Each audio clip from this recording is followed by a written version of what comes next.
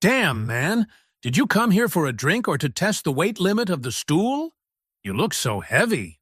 Officer Henry Callahan's voice cut through Teresa's place as he lifted his glass, then slowly tipped it over Marcus Dillard's head. Every drop of the drink poured over Marcus's head with deliberate contempt. The bar watched in stunned silence as it streamed down his face and soaked his collar. Yet, despite the humiliation, Marcus Dillard didn't move. Both his hands stayed flat on the bar, jaw set tight. Callahan set the empty glass down and laughed with his companions. What he didn't know was that this single act of arrogance would cost him everything.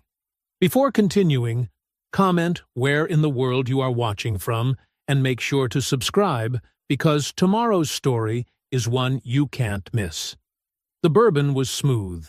That was Marcus Dillard's first thought as he settled onto the bar stool at Teresa's place on that Friday evening in late October. He turned the glass slowly in his big hand, watching the amber liquid catch the warm light above the bar, and he smiled to himself. A quiet smile, the kind a man allows himself when something finally goes right. It had been a long time since something finally went right. Teresa's place sat on the corner of Broad and 9th in Augusta, Georgia, and it had been there longer than most people could remember. The bar itself was dark polished mahogany, worn smooth by 30 years of elbows and conversation. Old photographs lined the walls, civil rights marches, neighborhood celebrations, faces that had since grown old or passed on. The place smelled like oak and fried catfish and something that wasn't quite perfume and wasn't quite memory, but was somewhere between the two. It was the kind of bar that made you feel like you belonged the moment you walked through the door. Marcus belonged here more than most. At 54, Marcus, Big Mark Dillard, was a hard man to miss. He stood 6 feet 4 inches and carried 280 pounds the way a mountain carries snow, naturally, without apology. His hands were the size of dinner plates. His shoulders were wide enough to block a doorframe. He had spent 11 years in the NFL as an offensive lineman, protecting quarterbacks for a living, and his body still remembered all of it. But his eyes were warm. That was what people noticed first. Once they got past the size, his eyes were the eyes of a man who genuinely liked people. He had earned that warmth the hard way. After football, after the knee surgery, and the slow fade from the sports pages, Marcus had come home to Augusta. He had taken a beat-up building on Walton Way and turned it into the Dillard Community Center. 15 years of his own money, his own sweat, and more grant applications than he cared to count. The center ran after-school programs, job training workshops, and a summer basketball league that kept kids off the street from June through August. It was not glamorous work. Nobody gave him a trophy for it. But every Friday evening, Marcus Dillard sat at Teresa's bar and felt like a man who had done something worth doing with his life. Tonight, that feeling was better than usual. $200,000, Teresa Watkins said from behind the bar, shaking her head with a grin that creased her whole face. She was 61, small and sharp, with silver-streaked locks, and the kind of eyes that had seen everything twice. Boy, I remember when you were begging the city for 20. Don't remind me, Marcus said. You did it, though. She pointed at him. Don't forget that part. Walt Greer raised his glass from the next stool over. To Big Mark, he said, who apparently still has some moves left in him. Marcus laughed and shook his head. Walt was 68, white-haired, with a soft Carolina accent and a laugh that belonged on a front porch. He had been a schoolteacher for 35 years, and Marcus's best friend for 20 of them. They had met at a neighborhood zoning meeting, both there for the same reason, both too stubborn to leave when the meeting ran 4 hours long, and had been friends ever since. The grant comes through, and suddenly you're a comedian, Marcus told him. I was always a comedian. You just couldn't afford to laugh before.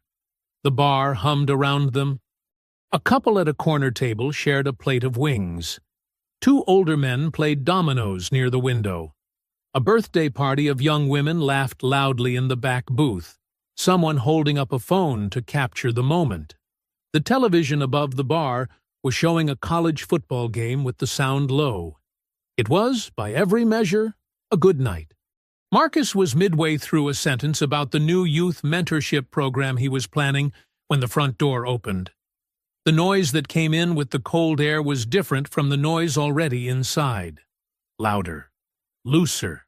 The kind of noise that announces itself before it has a reason to. 3 men walked in. The 2 in back were younger, maybe early 30s, still in the kind of shape the police department required. But it was the man in front who owned the room the moment he entered it, or believed he did, which amounted to the same thing. Detective Henry Callahan. He was broad-shouldered and square-jawed, with the kind of face that had probably been handsome once, and now just looked hard. He was laughing at something one of the other men had said, and the laugh was too big for the room, too comfortable with itself. His eyes swept the bar the way a man sweeps a room when he expects to own it. Then those eyes found Marcus. And they stopped. Callahan did not move right away. He just stood there at the edge of the bar's warm light, that too big laugh dying on his face, and looked at Marcus the way a man looks at something he has decided he does not like. It was not a quick glance. It was the long, deliberate kind, the kind designed to be noticed. Marcus noticed it. He turned back to his drink. Callahan and his 2 companions settled at the far end of the bar. Teresa moved toward them with the practiced neutrality of a woman who had managed difficult people for 30 years. She took their order without warmth and without hostility. Just business. But Marcus caught the small tension in her shoulders as she turned away from them, and he filed it quietly. For a few minutes, nothing happened. The birthday party laughed in the back booth. Walt told a story about a former student that went nowhere and was funny anyway. Marcus finished his bourbon and thought about ordering another. Then Callahan's voice cut across the bar.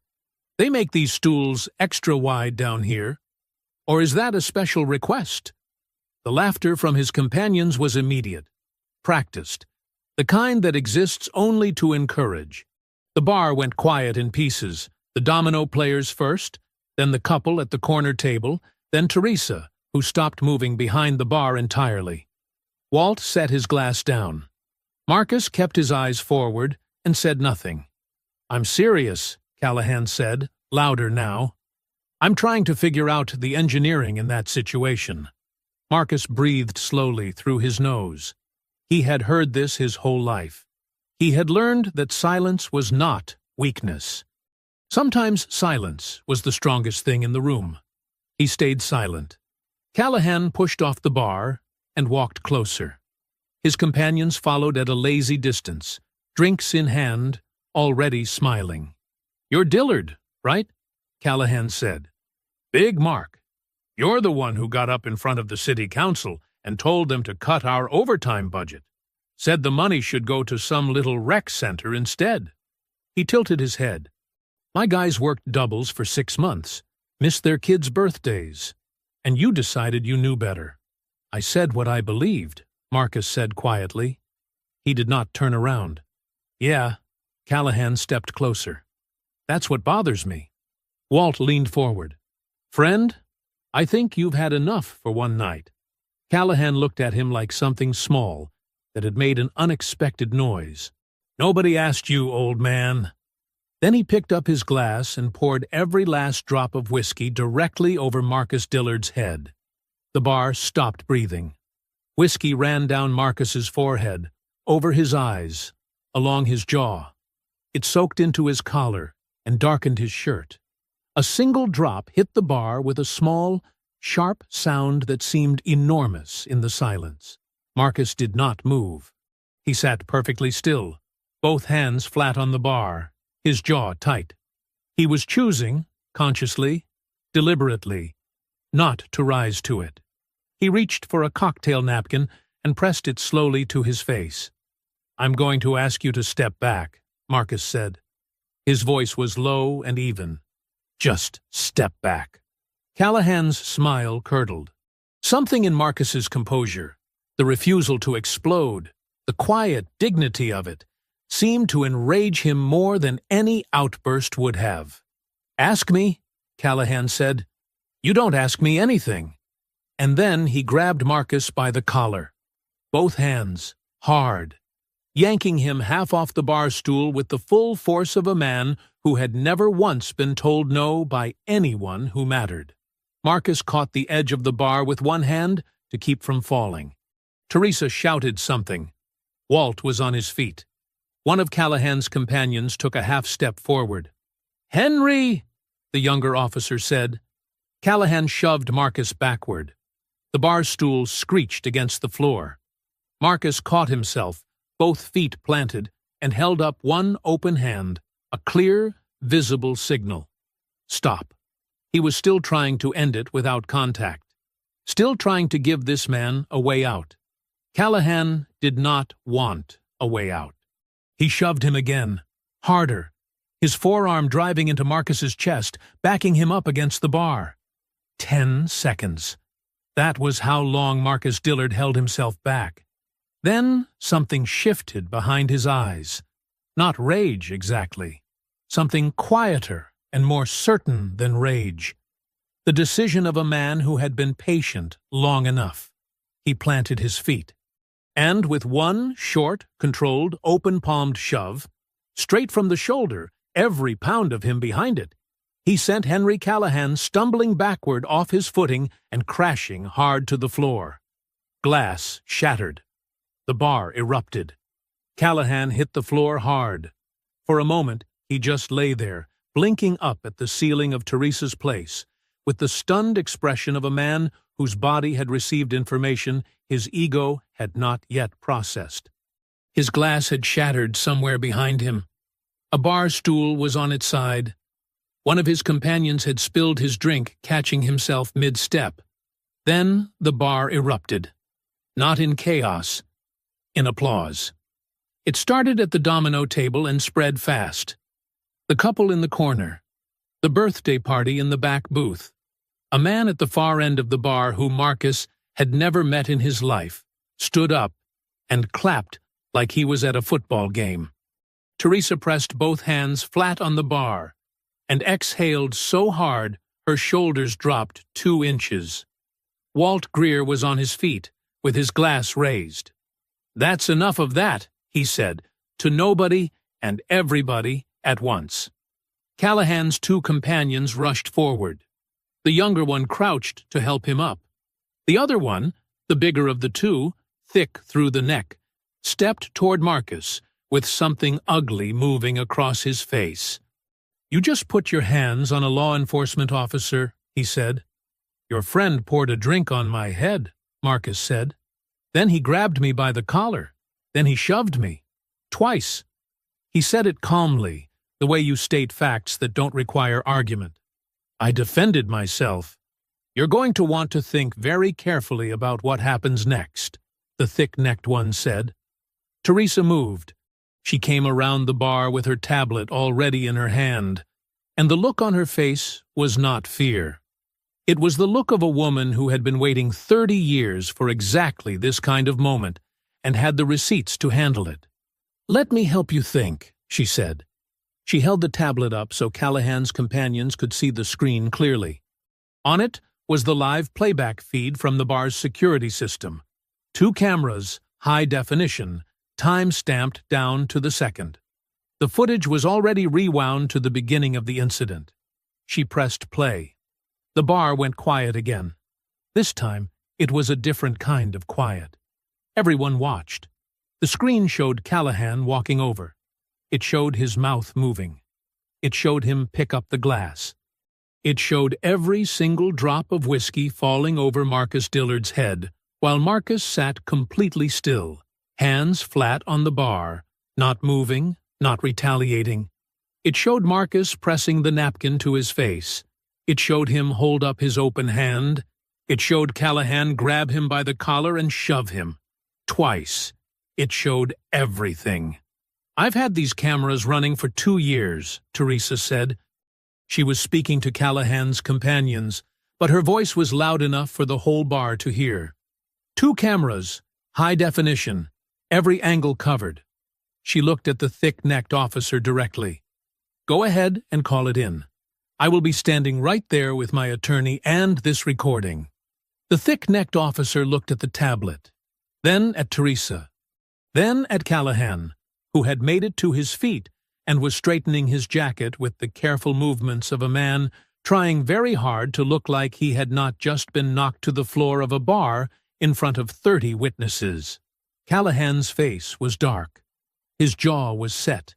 He looked at Marcus with something in his eyes that was colder and more deliberate than anger. Anger burns hot and quick. This was something that intended to last. But he said nothing. He picked up his jacket from the floor. He smoothed the front of his shirt. He looked once more at the tablet in Teresa's hand. And for just a moment, something moved across his face. Not embarrassment, not remorse, calculation. Then he turned and walked out of Teresa's place without a word.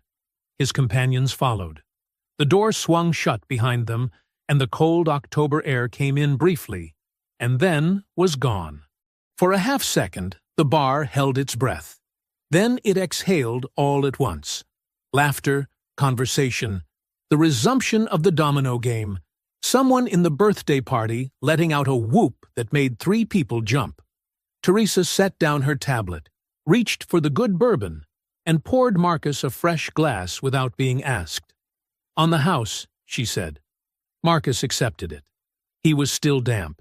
His collar was still dark with whiskey.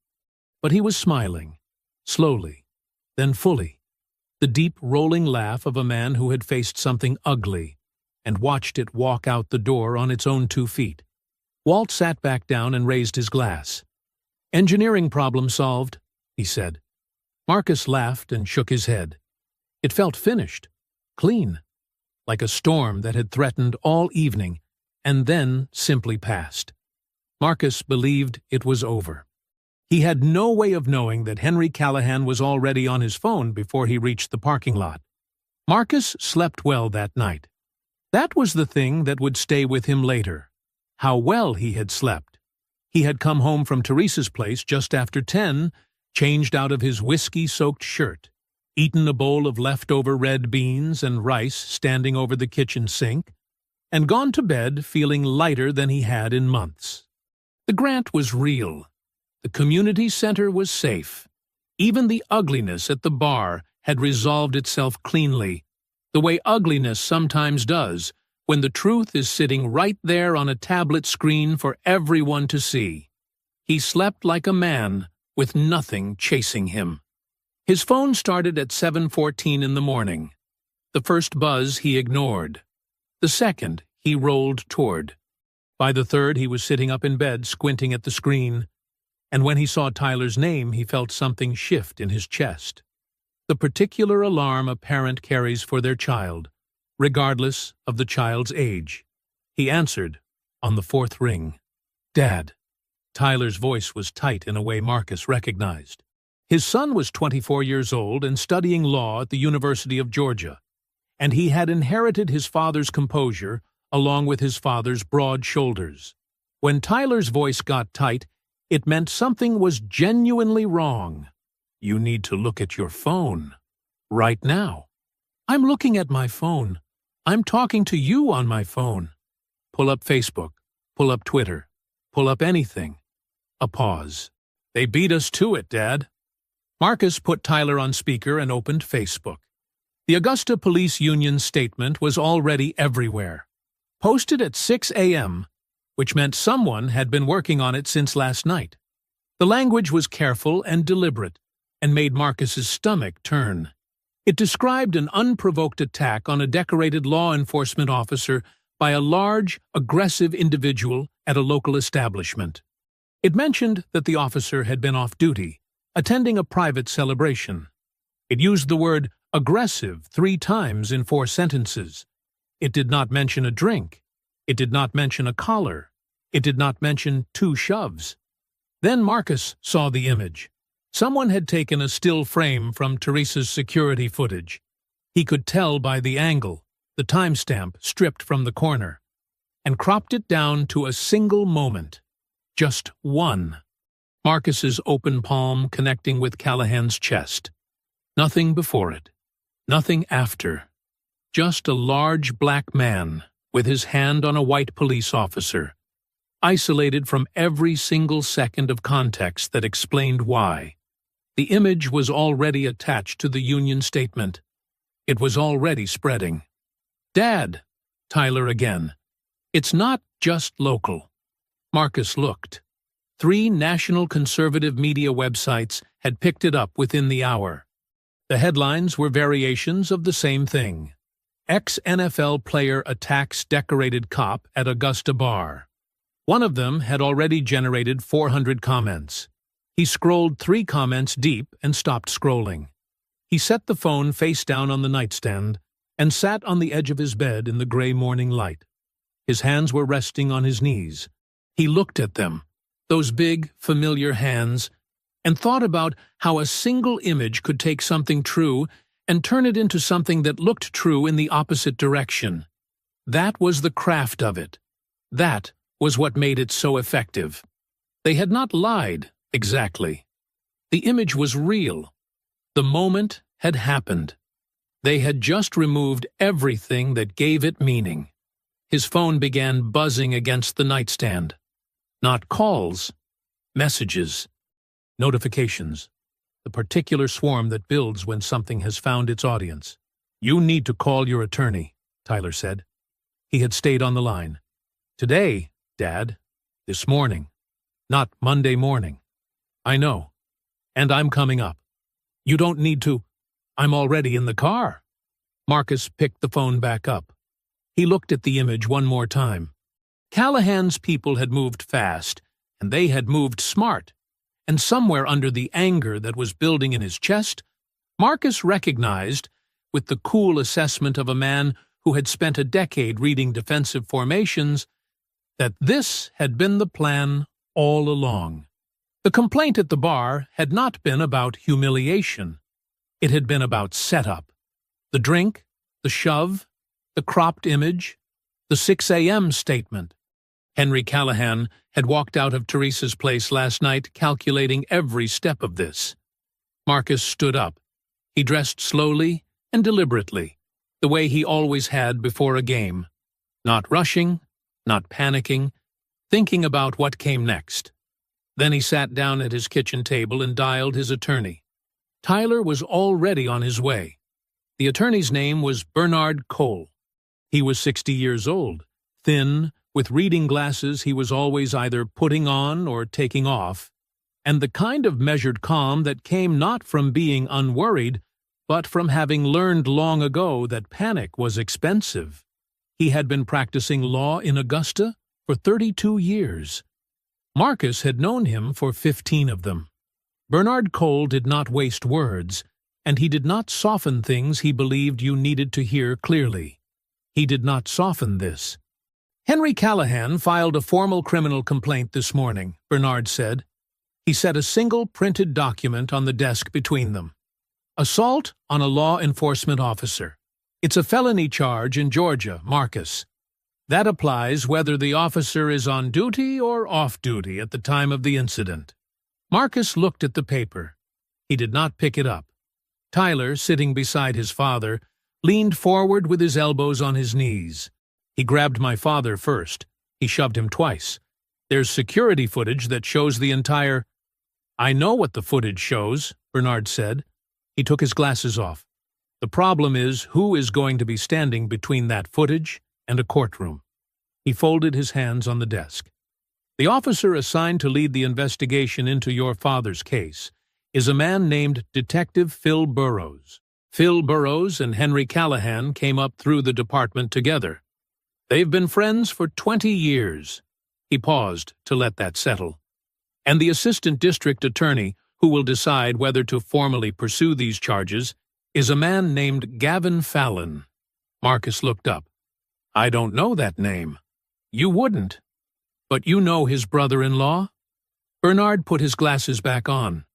Henry Callahan. The room was very quiet. Tyler sat back slowly in his chair. Marcus looked at the document on the desk again, really looked at it this time, and felt the full weight of what was happening arrange itself in front of him with ugly clarity. This was not a complaint filed in anger. This was a structure. Callahan at the center, a friendly investigator on one side, a family member at the DA's office on the other. It had been constructed, piece by piece, by someone who had done this kind of thing before. "What about the footage?" Marcus asked. "Teresa has everything on camera, the whole incident from the beginning." "Teresa's footage is currently our strongest asset," Bernard said carefully. "But Callahan's attorney has already contacted me this morning, informally. He suggested, and I want you to hear this word, he suggested there may be grounds to challenge the admissibility of that recording." He held up a hand before either of them could speak. "I am not saying they will succeed.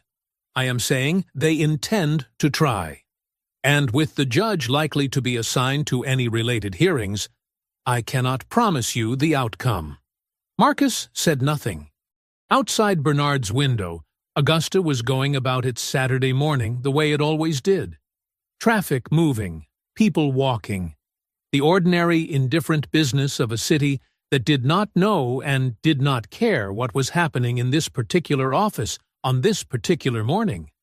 "There's something else," Bernard said. He looked at Marcus directly, the way he always did when the news required it. "Your community center's grant documentation contains a standard morality clause. A felony charge, not a conviction, Marcus, a charge, triggers an automatic funding review. Depending on how the board interprets their obligation, they may be required to suspend the grant until the matter is resolved." The words landed like something physical. $200,000. 15 years of work. The youth mentorship program he had just started planning. The summer basketball league. The job training workshops that had put 43 people back to work in the last 2 years alone. All of it sitting on the edge of a complaint, filed by a man who had poured whiskey over his head and then planned the whole next morning before he hit the floor. Marcus stood up from the meeting 2 hours later and shook Bernard's hand and walked to his car and sat in it for a long moment without starting the engine. That afternoon, the community center board held an emergency meeting. Marcus sat at the head of a table and watched 3 of his 7 board members exchange looks that told him everything about which way the wind was blowing. They were not bad people. They were scared people, which was sometimes more dangerous. No decision was made that afternoon, but the question had been asked out loud. And questions like that, once spoken in a room, have a way of not leaving. Marcus drove home alone as the sun went down over Augusta, and the silence in the car was the heaviest thing he had carried in years. The weekend had not been kind. By Sunday evening, Marcus had changed his personal cell number twice. The first number he gave only to Tyler, Bernard Cole, and Teresa. The second he gave to nobody at all, because by then it didn't matter.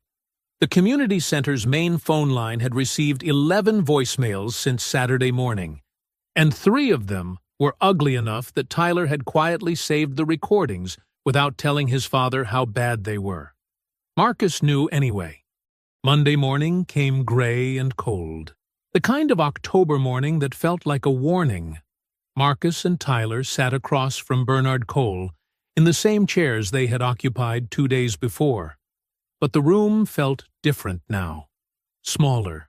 The documents on Bernard's desk had multiplied. Bernard did not waste time. "I want you to understand the full picture," he said.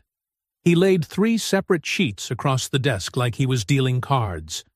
"Because what we are dealing with is not one man with a grudge. It is a network, and you need to see how it connects." He walked them through it methodically. Detective Phil Burrows, assigned to lead the investigation, had been Callahan's partner for 6 years before moving to a different unit. They still golfed together on alternate Sundays. ADA Gavin Fallon, Callahan's brother-in-law, would have direct influence over whether formal charges were pursued and how aggressively, and the judge most likely to be assigned to any suppression hearings or preliminary motions was a man named Samuel Hogan, who had been photographed twice at departmental charity events standing next to Callahan with the comfortable proximity of old friends. Tyler stared at the sheets. So the man investigating it, the man deciding whether to prosecute it, and the man who would rule on the evidence, they all have a relationship with Callahan. That is an accurate summary, Bernard said. That's not a justice system, Tyler said. That's a circle. Bernard looked at him over his glasses. Welcome to Augusta, son. Marcus had been quiet through all of it. He was looking at the papers on the desk, but his eyes had the distant focus of a man running calculations in his head. He had spent 11 years in professional football studying systems, how they were built, where they were strong, where the gaps were. What Bernard was describing was a system, tight, layered, and designed specifically to protect one of its own. How many times has he done this? Marcus asked. Bernard paused. Done what, specifically? Filed complaints. After he started something. Used the system to flip the story. Marcus looked up. How many times? Bernard removed his glasses slowly. That is a question worth pursuing, he said, but I don't have that answer yet. Tyler did. Or rather, he knew who did. He had been thinking about it since Saturday morning, turning the name over in his mind the way you turn over a key when you're trying to remember which lock it fits. Violet Gilbert, Atlanta Journal-Constitution. He had come across her work 8 months ago in a research paper he was writing for his criminal procedure class, a 3-part investigative series she had written on misconduct patterns in mid-sized Georgia police departments. She was meticulous, she was fearless, and she had been, according to the paper's archives, actively covering Augusta PD for the better part of 3 years. If anyone had already been pulling on Callahan's thread, it was her. After the meeting, Marcus and Tyler sat in the car in Bernard's parking lot. Marcus was looking straight ahead through the windshield at nothing in particular. A woman walked past on the sidewalk pushing a stroller. A delivery truck rumbled by. The ordinary world, doing its ordinary things, completely indifferent. I want to reach out to a journalist, Tyler said. Marcus turned to look at him. Her name is Violet Gilbert. She writes for the AJC. She's been covering misconduct in this department for years, Dad. If Callahan has done this before, she may already have the documentation. And if she doesn't, she'll know how to find it. Tyler held his father's gaze. We can't fight this thing in a closed room. They own the closed room. We need to bring it outside. Marcus was quiet for a long moment.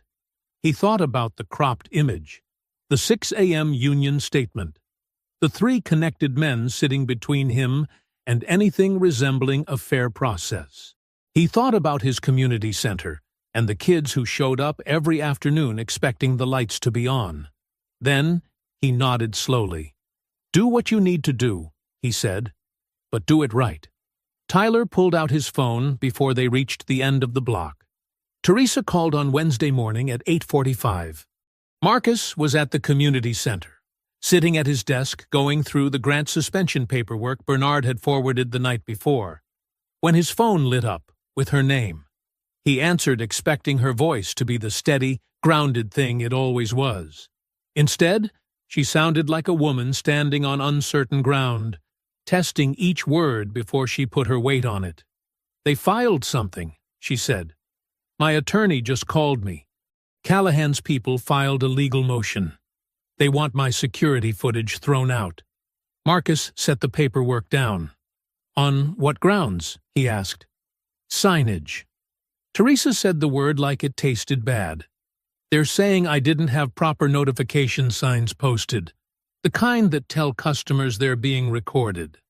Apparently, there's a specific requirement under Georgia law about how visible those signs have to be, what size, where they have to be mounted. She paused.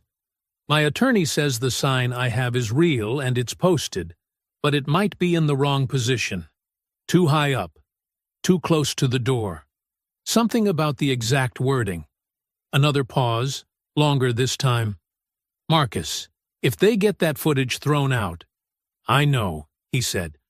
That footage is the whole truth.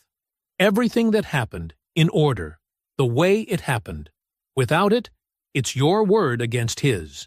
And his word comes with a badge and a brother-in-law at the DA's office. He already knew that, too. What made it worse, what made Marcus's jaw tighten as he sat in his office surrounded by photographs of children he had coached and mentored for 15 years, was the precision of it. Callahan's attorney had not gone looking for a big dramatic reason to suppress the footage. He had gone looking for a small, technical, bureaucratic one. A sign in the wrong position. A font that was 2 points too small. The kind of paperwork violation that had nothing to do with truth or justice or what actually happened in that bar, but that a sympathetic judge could use as a perfectly legal tool to erase the one piece of evidence that told the whole story. It was elegant in its way, and it was infuriating. When is the hearing? Marcus asked. Friday. Teresa's voice tightened. They got it fast-tracked, Marcus. My attorney says the judge assigned is Samuel Hogan. Marcus closed his eyes for exactly 2 seconds. Samuel Hogan. Bernard had mentioned that name on Monday. Charity events, old friends, the comfortable proximity of men who took care of each other. I'm going to fight it, Teresa said. My attorney is already pulling photographs of the sign from every angle. We're going to argue the placement was compliant. But Marcus, she stopped. I've been running this bar for 30 years. I have never once had a legal challenge filed against me this fast, by this many people, with this much organization behind it. This is not a coincidence. No, Marcus said, it isn't. After he hung up, he sat very still for a moment. Then he called Tyler. Tyler listened without interrupting, which was how Marcus knew his son understood the severity. When Marcus finished, Tyler was quiet for 3 seconds. They're trying to erase the tape before arraignment, Tyler said. If they get it excluded before charges are formally filed, it poisons the well. Even if we try to introduce it later, Hogan has already ruled on it. It's gone. That's what it looks like. Then we need something else, Tyler said. We can't put everything on Teresa's footage anymore. We need to move faster. His voice shifted. That particular register Marcus recognized as his son, thinking out loud, sorting through options with the quick, deliberate mind that had earned him a place in one of the state's best law programs. I'm reaching out to Violet Gilbert today. Not tomorrow. Today. If Callahan has a pattern of this, she may already have documentation we can use publicly, even if we can't use it in court yet. The hearing is Friday, Marcus said. I know, but a courtroom isn't the only room that matters here, Dad. If this goes public the right way before Friday, it changes the pressure on everyone involved. Even Hogan. Marcus looked up at the wall of his office. A photograph of last summer's basketball league. 32 kids in matching jerseys, squinting into the sun. He had hung that photo himself with a level and a pencil mark, the way his own father had taught him to hang things. Straight, careful, built to last. Make the call, Marcus said. Tyler was already dialing. Thursday morning arrived cold and still. Marcus was at home, at the kitchen table, working through a second cup of coffee, and the notes Bernard had sent over about Friday's suppression hearing when his phone rang at 8:20. He saw Walt's name and picked up immediately. Walt! There was a pause before Walt spoke, a pause that was half a second too long. When Walt Greer's voice came through, it had a careful, controlled quality that did not belong to it, like a man reading from a script he had rehearsed twice, and still wasn't sure he had memorized. "Mark," he said, "I need to tell you something. About last night." Marcus set his coffee down. Walt told it slowly. 2 detectives had come to his house Wednesday evening, just after 7. He had not been expecting anyone. They knocked with the easy authority of people who were accustomed to doors opening for them, and when Walt let them in, they settled into his living room chairs like they had been there before. They introduced themselves as detectives from the Augusta PD. They said they were conducting a routine witness canvass related to the incident at Teresa's place. Standard procedure. Nothing to be concerned about. For the first 20 minutes, it was exactly what they said it was. They asked Walt what he had seen. He told them. They took notes. They were polite. Then one of them mentioned the house. Casually. The way you mention the weather. He noted it was a nice place, well maintained. Said he remembered a property tax dispute that the city had opened against the estate a few years back. Walt's wife, Mara, had passed 3 years ago. The estate matter had been complicated, and at one point there had been a minor outstanding dispute with the city over an assessed value discrepancy. It had been resolved, or Walt had believed it was resolved. He had a letter somewhere confirming it. The detective said he wasn't sure it had been fully closed out. Said sometimes these things stayed open in the system longer than people realized. Said it might be worth checking into. Then they thanked Walt for his time, shook his hand, and left. They were in his house for an hour and 10 minutes. They never raised their voices, Walt said. They never made a single direct threat. They were perfectly polite the entire time. He stopped. But Mark, I know what that was. I am 68 years old, and I taught high school civics for 35 years, and I know exactly what that was. Marcus's hand had tightened around the phone, somewhere in the middle of Walt's story. He had not noticed until now. "Did they give you their names?" he asked.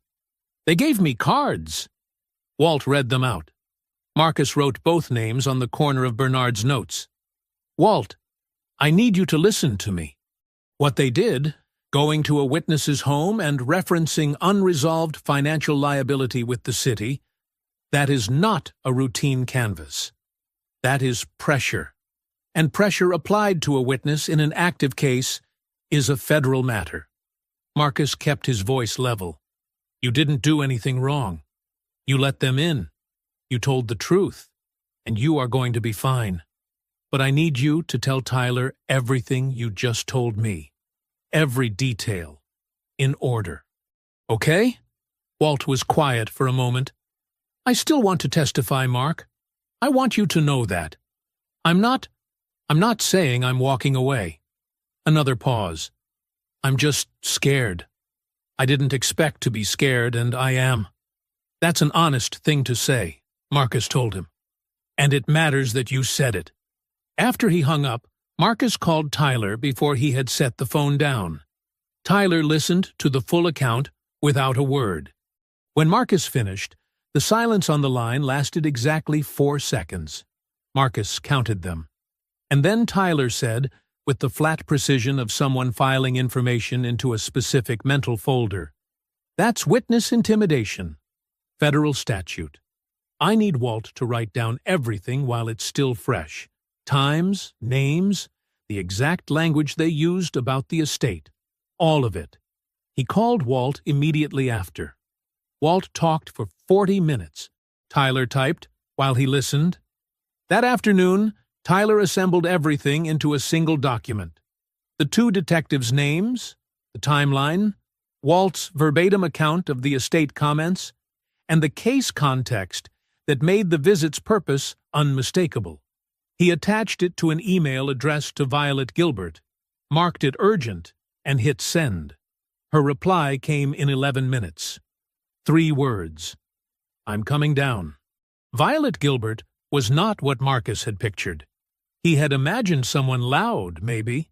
Someone who carried their ambition visibly the way some journalists did, like a press badge worn on the outside of their personality.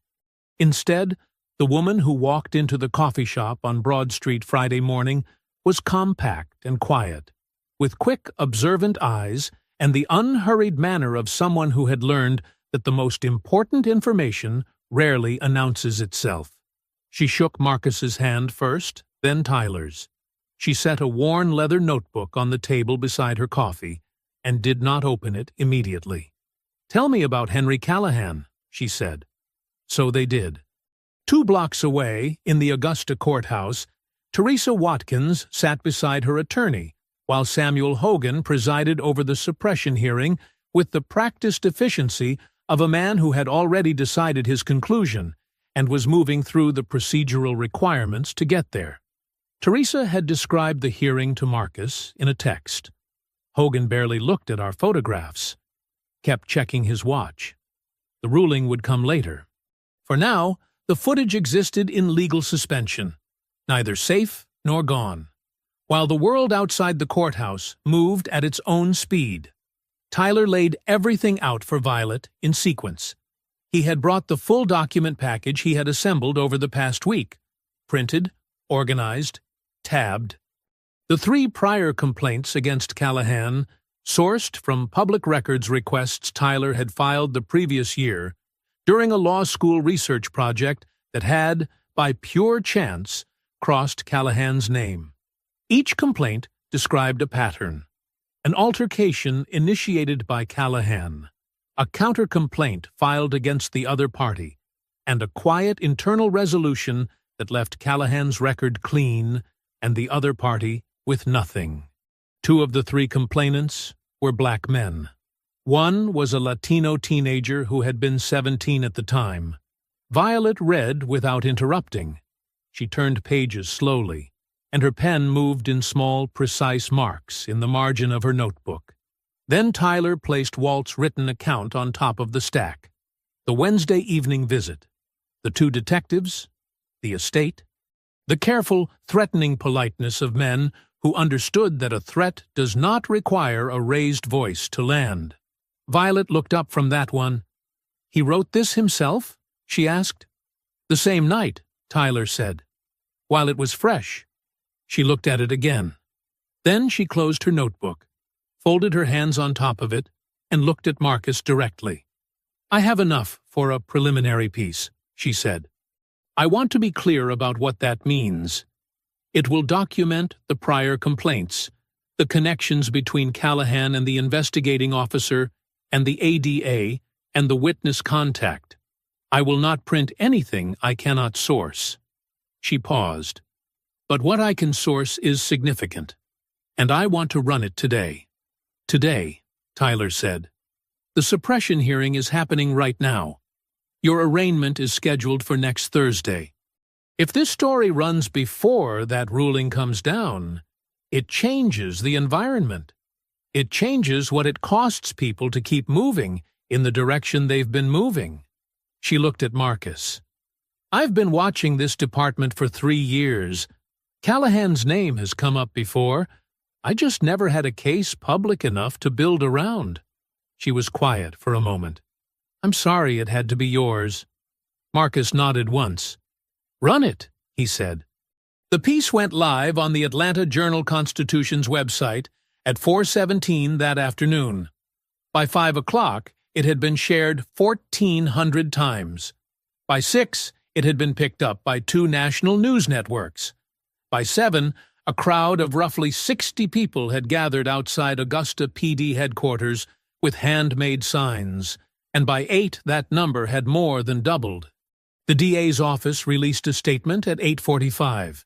They were reviewing all elements of the Marcus Dillard case in light of newly surfaced information. At 9:15, Marcus's phone rang. It was a member of the Grant Board. Not a cold official voice this time, but the personal cell of a board member he had known for a decade. The man said they were standing by, that they were not pulling funding while the facts remained publicly contested, that they believed in Marcus and in the work the center did. Marcus thanked him and hung up. He was sitting at his kitchen table. Tyler was across from him, laptop open, watching the story spread across the internet in real time. The house was quiet except for the sound of the television in the other room, where the Augusta PD headquarters was visible on the local news, the crowd outside it growing. Marcus exhaled slowly, a long, full breath, the kind he had not allowed himself in a week. He looked at his son. "Maybe," he said carefully. "It turns out okay." Tyler looked up from the screen and almost smiled. Almost. The weekend had felt like a held breath. After the article, after the protests outside the precinct, after the DA's statement and the board members' call and Tyler's quiet, almost smile across the kitchen table, Marcus had spent Saturday and Sunday in a state of cautious stillness. Not hope, exactly. Something more careful than hope. The feeling of a man watching a dangerous thing from a safe distance, not yet certain it couldn't reach him. Monday morning answered that question. Bernard Cole called at 8 o'clock. Marcus was already up, already dressed, already at the kitchen table with his coffee. He answered on the first ring. "Judge Hogan ruled Friday afternoon," Bernard said. "I wanted to wait until I had the full written order before I called you." A pause that carried its full weight. "The footage is inadmissible." The signage violation held. Marcus set his coffee mug down carefully. "Teresa's sign was 11 inches too high on the wall," Bernard continued. "That was the finding. 11 inches. His voice carried something underneath the professional calm. A quiet, contained outrage that a man of his experience and discipline would never let fully surface. The motion was granted. The footage cannot be introduced as evidence in any criminal proceeding. Marcus said nothing. Outside his kitchen window, Augusta was a gray Monday morning. Clouds low, air cold, a garbage truck moving slowly down his street with the patient indifference of machinery. "There's more," Bernard said. There always was. The DA's office had made its decision. With Callahan's brother-in-law, Gavin Fallon, still in place, still operating without recusal, the office was moving forward with the felony assault charge. Marcus was to present himself for formal processing that afternoon. Arraignment was scheduled for Thursday morning. Marcus processed himself at 2 o'clock. It took 45 minutes.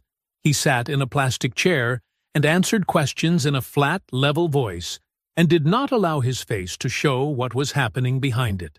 They took his photograph, standing, facing forward, the small height marker on the wall behind him. The flash was brief and impersonal. By 5 o'clock, that photograph was on every local television news broadcast in Augusta. Ex-NFL player arraigned on felony assault charge following altercation with law enforcement officer. Tyler watched it from the community center, where he had been working with Marcus all afternoon. He turned the television off before Marcus could see it. Marcus had already seen it on his phone. At 6:15, the grant board called. It was not the same voice as Friday night. The warm, personal call from a decade-long colleague.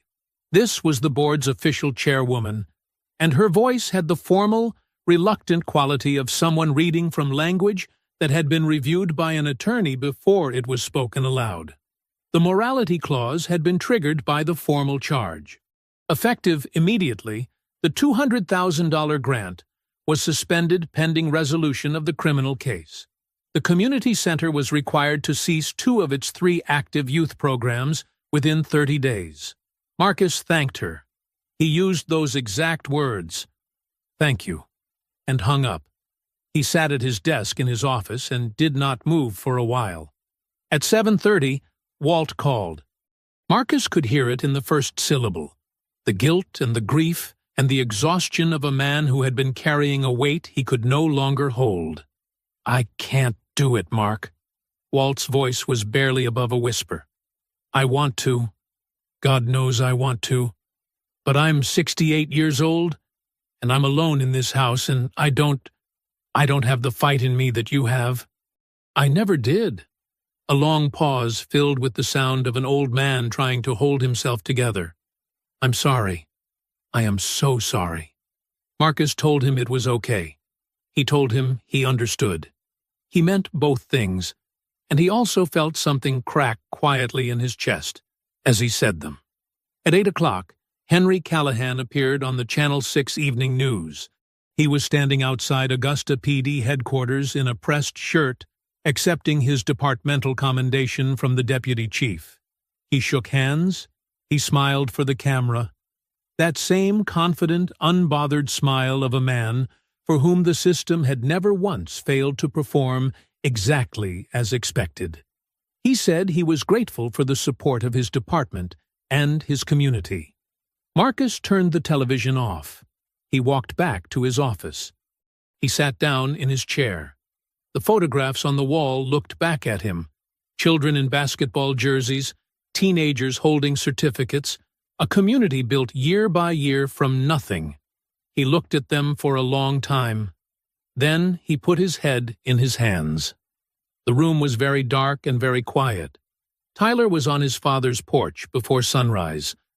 Marcus heard the car first. The familiar engine, the specific sound of his son's door closing with the firm, purposeful click of someone who had somewhere to be. He was already awake. He had not slept much. He had lain in the dark for most of the night, staring at the ceiling with the particular wakefulness of a man whose mind refuses to stop working even when his body has nothing left. He had the front door open before Tyler reached the steps.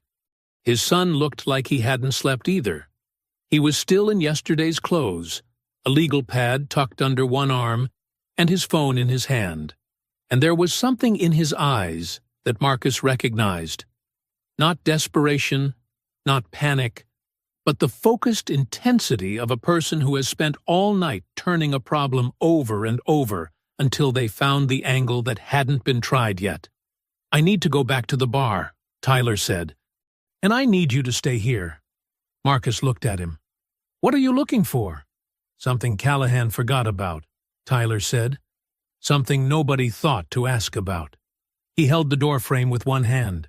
"Dad, Teresa's footage got thrown out because it belonged to the establishment. The suppression ruling covers recordings made by the bar's own security system.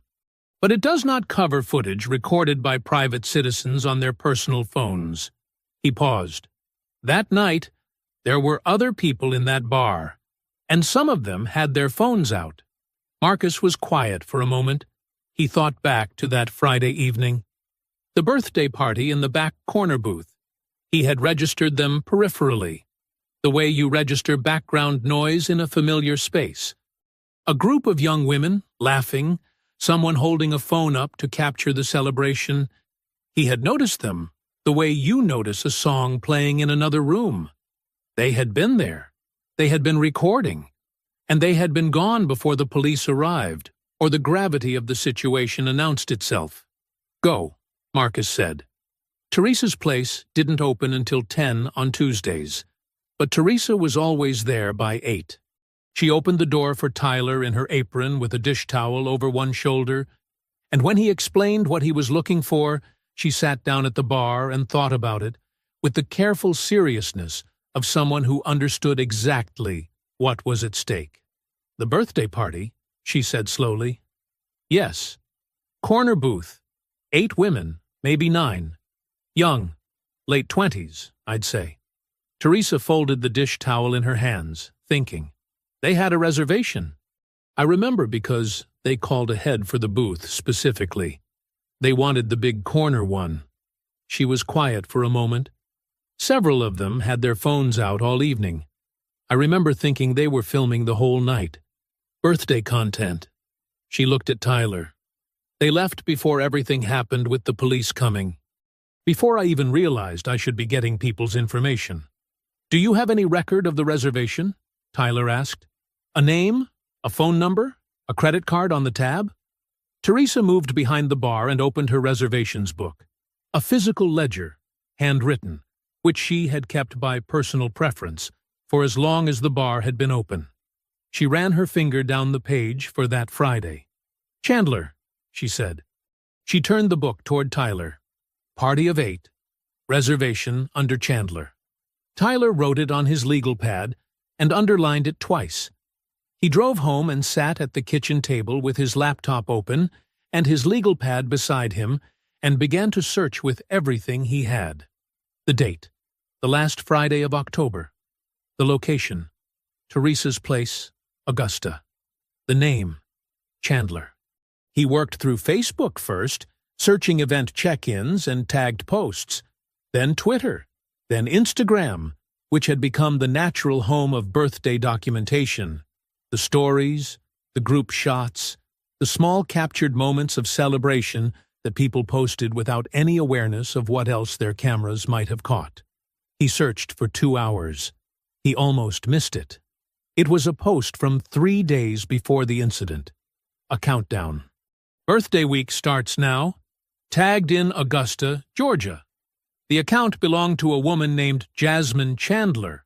29 years old, her bio said. Augusta, G.A.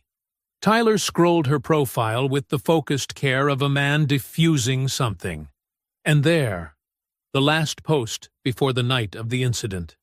A photograph. 6 women crowded into a corner booth, laughing, glasses raised. The location tag clear and specific. Teresa's place. Tyler sat back in his chair and looked at the screen for a long moment. Then he picked up his phone. The message Tyler sent was careful. He had written it 3 times before he sent it, sitting at his kitchen table with the early morning light coming through the window, choosing each word the way you choose footing on uncertain ground. He introduced himself by name. He explained who his father was. He described, plainly and without drama, what had happened at Teresa's place that Friday evening and what had happened in the days since. He told Jasmine Chandler that he believed she might have been there that night, and that if she had recorded anything at all, it might be the only thing standing between his father and a felony conviction for defending himself. He read it one final time. Then he sent it and set the phone face down on the table and made himself eat breakfast. The phone buzzed 22 minutes later. I remember that night. I had no idea any of that happened. Call me. Tyler called. Jasmine Chandler's voice was clear and direct, with the particular alertness of someone who had just read something that rearranged their understanding of an evening they thought they already knew. She told him she and 7 friends had been celebrating her friend Carla's birthday. They had reserved the corner booth specifically because it fit the whole group. She remembered the bar being warm and loud and good. She remembered the commotion near the front, a crash, raised voices, applause, and assuming it was just bar energy, the kind of random noise that happens on Friday nights. She and her group had gathered their things shortly after and moved on to another spot. She had not connected it to anything significant. She had not known there was anything to connect. That night, Tyler said carefully, "Were you recording? On your phone?" A pause. "I record everything," she said. "Carla's birthday.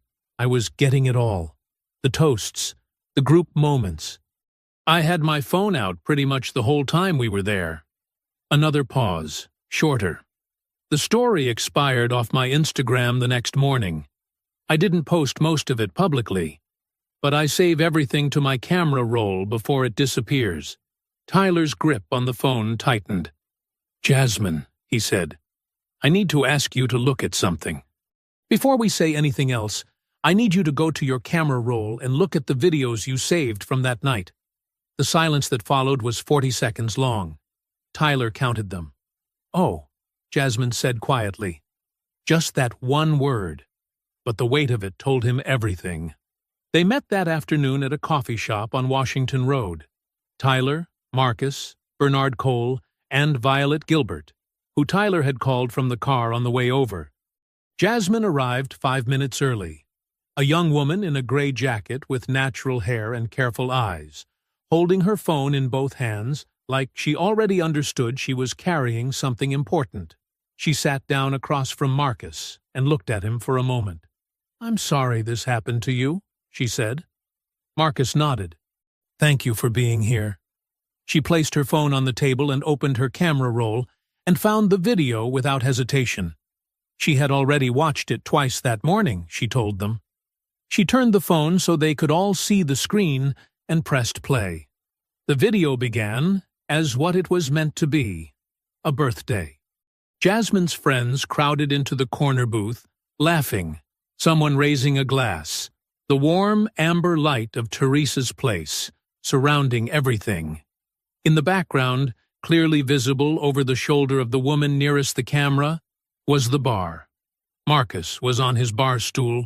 You could see him clearly. Then Callahan walked into the frame. Everything followed in sequence. The approach. The words, not audible but visible in posture and proximity, and the shifting of the bar's attention. The glass rising. The pour. 10 full, uninterrupted seconds of Marcus sitting completely still, hands flat on the bar, not moving. The napkin. The open hand held up in plain view. Then the grab. The shove. The second shove. Then Marcus rising, and what came after. The timestamp in the corner of the screen was intact, unbroken, and precise. Bernard Cole leaned forward. He watched the final seconds twice. Then he sat back in his chair and removed his glasses and pressed 2 fingers to the bridge of his nose. This footage was recorded on a private citizen's personal device, he said. It was never part of Teresa's establishment system. Hogan's suppression order does not touch it. He looked up. This is completely and fully admissible. Jasmine Chandler looked at Marcus across the table. Tell me what you need me to do, she said. For the first time in days, Marcus Dillard looked like himself again. Tyler drove to Walt's house alone. It was Wednesday evening, the sky going dark early the way it did in late October, the streetlights on Whitfield Avenue clicking on one by one as he turned onto Walt's block. He had not called ahead. He had thought about it and decided against it, because a phone call gave a man the option of saying no before he had seen what Tyler needed him to see. Walt answered the door in his cardigan and reading glasses, a paperback in one hand, and the expression on his face when he saw Tyler was complicated. Relief and guilt in equal measure. The look of a man who had been alone with something heavy and was not sure whether a visitor made it better or worse. "Come in," Walt said quietly. The house was warm and neat and full of the particular stillness of someone who lived alone and had made their peace with it. Photographs of Mara on the mantel, a stack of library books on the coffee table, the television off. Tyler sat on the couch, and Walt took the armchair across from him, setting his paperback face down on the side table, and for a moment neither of them spoke. Tyler did not argue. He did not plead. He did not say a single word about courage or friendship or what was right. He opened his laptop and pressed play. Walt watched the video in complete silence. His hands were folded in his lap. His reading glasses caught the screen's light. He watched Callahan pour the drink. He watched Marcus sit still for 10 full seconds with his hands flat on the bar. He watched the grab, the shove, the second shove. He watched Marcus rise and respond. When it ended, Walt asked him to play it again. Tyler played it again. Walt watched it the second time with the focused, deliberate attention of a former teacher, reviewing something he intended to be certain about. When it finished, he sat back in his armchair and looked at the middle distance for a long moment. The house ticked quietly around them. Somewhere outside, a car passed. Then Walt Greer looked at Tyler and said, "I was there. I sat on that bar stool, and I watched every second of what that video just showed me."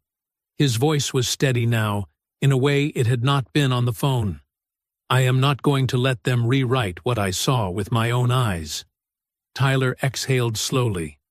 "I need you to do one more thing," he said carefully.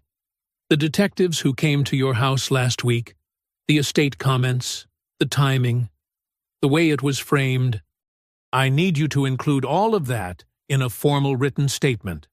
Because what they did to you that evening was not a witness canvas." He held Walt's gaze. That was witness intimidation, under federal statute, and if we document it properly, it becomes a weapon, not just for your testimony, but for everything. Walt nodded once. He reached for the notepad on his side table, the same one he had used for 35 years of lesson planning, and clicked his pen open. "Tell me what you need," he said. Walt wrote for an hour. Tyler sat across from him and asked clarifying questions and wrote his own notes alongside Walt's account. Every detail, the time the detectives arrived, their names from the cards they had left, the specific language used about Mara's estate, the length of the visit, the careful politeness that made the threat more effective by never stating it directly. When Walt finished, he signed the bottom of the statement in the same deliberate cursive he had used to grade papers for 3 decades. Tyler drove home and called Lieutenant Rachel Connor. He had spoken to her twice before. Brief, careful conversations conducted at her instigation, always on her personal cell. She was Internal Affairs, 2 years into a file on Callahan that the department's administrative structure had blocked at every turn. She had been waiting for a case that was too public to bury. Tonight, Tyler gave her everything. Jasmine's footage, Walt's formal statement, the documented timeline of the suppression motion, and the names of the 2 detectives who had sat in Walt's living room and mentioned a dead woman's estate. Connor listened without interrupting. When Tyler finished, she said, "I'm filing tonight. Augusta PD and the FBI Civil Rights Division simultaneously. The federal filing takes the case out of local hands immediately." She filed at 11:47 that night. By morning, Gavin Fallon, Callahan's brother-in-law, the ADA who had been steering the prosecution, had recused himself from Marcus's case without a public statement, his name quietly removed from the court filing before most of Augusta had finished their first cup of coffee. In Washington, Congressman Reginald Booth watched the developments scroll across his phone's news feed and reached for his desk phone. His press secretary answered on the second ring. Marcus dressed carefully that Thursday morning. He stood at his closet in the gray pre-dawn quiet and chose a navy suit he had bought for his son's law school orientation. The one Tyler had told him made him look like someone who had already won. He knotted his tie twice until it sat exactly right. He polished his shoes at the kitchen table with the methodical patience of a man who understood that how you carried yourself into a room was its own kind of statement. Tyler arrived at 7. He looked at his father in the doorway and said nothing for a moment. Then he said, "Let's go." They drove to the courthouse mostly in silence. The radio stayed off. Augusta moved past the windows in the early morning light. Gas stations opening, school buses pulling out, the ordinary machinery of a Thursday running its course without any awareness of what it contained. Then Tyler turned onto Green Street, and Marcus saw them. 300 people. They lined both sides of the courthouse steps and spilled onto the sidewalk and into the street. Some held signs. Some held nothing but themselves, standing shoulder to shoulder in the cold morning air. Neighbors, parents, former players Marcus had coached in youth leagues 15 years ago, teachers from the schools his center partnered with, strangers who had read Violet Gilbert's article and driven in from Atlanta and Columbia and Savannah because something in them required being present for this.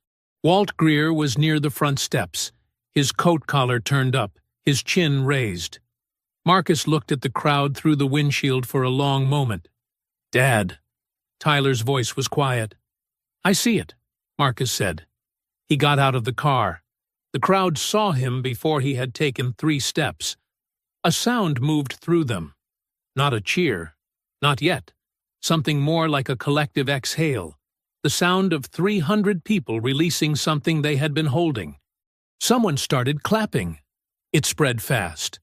Marcus walked through it with his head up, acknowledging faces as he passed, touching a shoulder here, accepting a handshake there, moving toward the courthouse doors with the measured dignity of a man who had dressed for exactly this moment.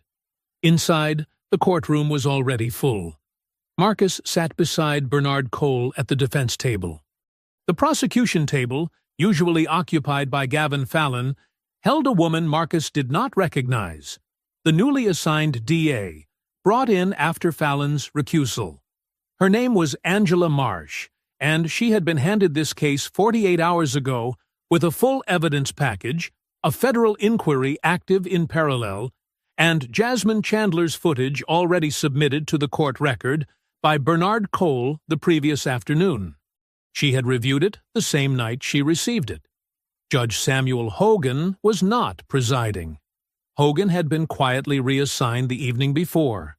The federal civil rights filing had cast sufficient shadow over his prior rulings in related motions to make his continued involvement untenable.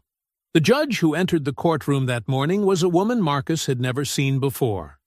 She moved efficiently, without ceremony, and called the proceeding to order with the brisk authority of someone with a full docket and no interest in theater. Angela Marsh stood before the opening statements could begin. "Your Honor," she said, "the state moves to dismiss all charges against Marcus Dillard, with prejudice." The courtroom went very still. The state has reviewed newly submitted video evidence from an independent private source, corroborated by a signed eyewitness statement, that establishes clearly and unambiguously that Mr. Dillard acted in self-defense following physical aggression initiated by the complaining party. She set the document on the bench. The state finds no basis on which to proceed. The judge reviewed the motion for 90 seconds. "Motion granted," she said. "All charges against Marcus Dillard are hereby dismissed with prejudice. Mr. Dillard, you are free to go." 4 words. You are free to go. Marcus sat completely still for exactly 1 breath. Bernard put a hand on his arm. Then Marcus stood, buttoned his jacket, and walked out of that courtroom with his head exactly as high as it had been when he walked in. Tyler was waiting at the bottom of the courthouse steps. He had come outside to be there for this specific moment, and when Marcus pushed through the doors into the October sunlight, the crowd erupted. Fully, completely. The sound of 300 people releasing everything they had been carrying all week. Marcus walked down the steps, and his son met him at the bottom, and they held each other the way fathers and sons hold each other when something almost took one of them and didn't. The cameras caught all of it. Then, at the edge of the crowd, Lieutenant Rachel Connor appeared. Beside her stood 2 federal officers in dark jackets. Between them, having arrived at the courthouse expecting to watch Marcus arraigned, stood Henry Callahan. Connor met Marcus's eyes across the crowd. She gave him one small nod. Then she turned to Callahan, and the cuffs went on. The crowd saw it happen. The silence lasted exactly 1 second. Then they roared. The charges came down that afternoon like a hammer. Racially motivated assault with a federal hate crime enhancement, misconduct in the office, conspiracy to obstruct justice. 3 counts, each one a brick in a wall that Henry Callahan had spent 20 years building around himself, now stacked against him instead. His attorney released a statement by noon that said very little and convinced nobody. The police union, which had published its passionate defense of Callahan 9 days ago with the confidence of an organization that had never once been held accountable for being wrong, posted a 4-line retraction on its website at 2 in the afternoon and hoped nobody would notice the difference in the font. Everybody noticed. At 3 o'clock, Augusta's police chief stood in front of cameras in the department's main briefing room. He was a careful man by nature, someone who chose his public words the way a surgeon chose instruments, and today he chose them with the particular precision of a person who understood that the FBI was watching. He announced that Detective Henry Callahan's departmental commendation, presented on camera just 3 days prior, was formally and permanently revoked. He announced that 2 officers who had accompanied Callahan to Teresa's place that Friday evening were suspended with pay pending their own conduct investigations. He said the department was committed to accountability. He did not say Callahan's name more than once. At 4:15, the Grant Board convened an emergency conference call. Several of its members had watched the dismissal hearing live on their phones from their offices. The chairwoman, who had delivered the suspension notice in her careful attorney-reviewed language just days before, now spoke in her own voice without a script. The $200,000 was reinstated, effective immediately. The suspended youth programs would resume. The community center's funding was restored in full. Tyler, sitting at his father's kitchen table with his laptop open, was still reading the board's confirmation email when his phone rang. An Atlanta area code he didn't recognize. He answered. It was the director of a philanthropic foundation that had been following Violet Gilbert's coverage since the first article ran. They had been watching the case develop and had held an emergency board vote of their own that morning. They wanted to make a matching donation to the Dillard Community Center. $100,000. Tyler sat very still for a moment. Then he said, professionally and calmly, "Yes, we accept. Thank you." He hung up and called Violet Gilbert immediately. Her full investigative piece, 4,000 words, fully sourced, documenting the complete pattern of Callahan's misconduct across 7 years, the buried complaints, the intimidation of witnesses, the family connection to the ADA's office, and the deliberate campaign to reframe a black man's act of self-defense as a criminal assault, went live in the Atlanta Journal-Constitution at 5 o'clock. By 6, it had been shared 40,000 times. By 7, it was on the front page of the paper's national edition. By 8, 3 television networks had requested Violet for morning show appearances. A second foundation called Tyler at 8:30. Another 100,000. Teresa's place filled up that evening the way it only filled up for things that mattered. People came without being invited because they knew, the way communities know things, that this was the place to be. Walt Greer arrived early and claimed the same bar stool he always claimed, and sat in it with the straight back of a man who had found something he had briefly lost. Lieutenant Rachel Connor came in at 7, off duty, in her own clothes, and sat at the far end of the bar and accepted one drink from Teresa without ceremony. Jasmine Chandler came with 3 of the women from Carla's birthday party. Violet Gilbert arrived with her notebook in her bag and left it there all evening. Congressman Booth sent word that he would be in Augusta the following week. Bernard Cole stayed for 2 hours, which was 2 hours longer than he usually stayed anywhere that wasn't a courtroom. The community center now had $340,000. At 9 o'clock, Teresa reached beneath the bar and brought out the good bourbon. The bottle she kept for moments she decided were worth the bottle. She poured a glass and set it in front of Marcus without a word. The bar went quiet.